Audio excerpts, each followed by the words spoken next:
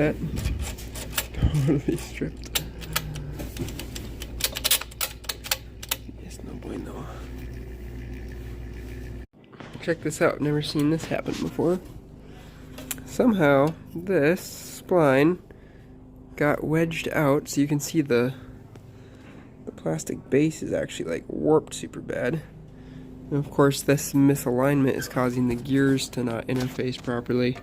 I'm still going to replace the timer, but if I had noticed this before, I probably could have just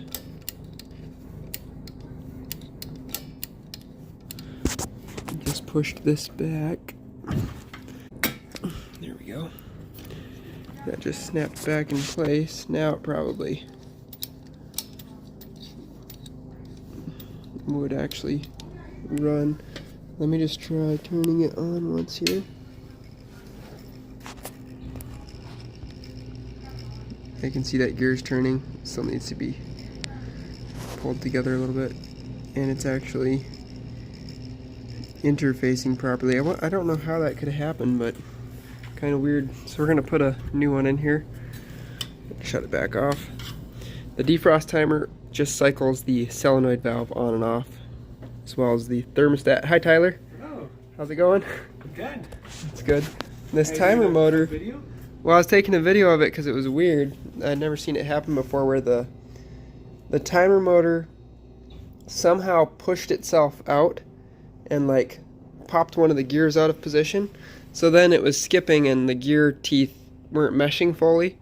So it like cut a groove into the piece. So, problem solved.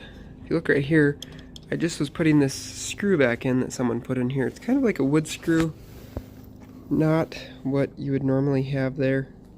So somebody at some point put these screws in.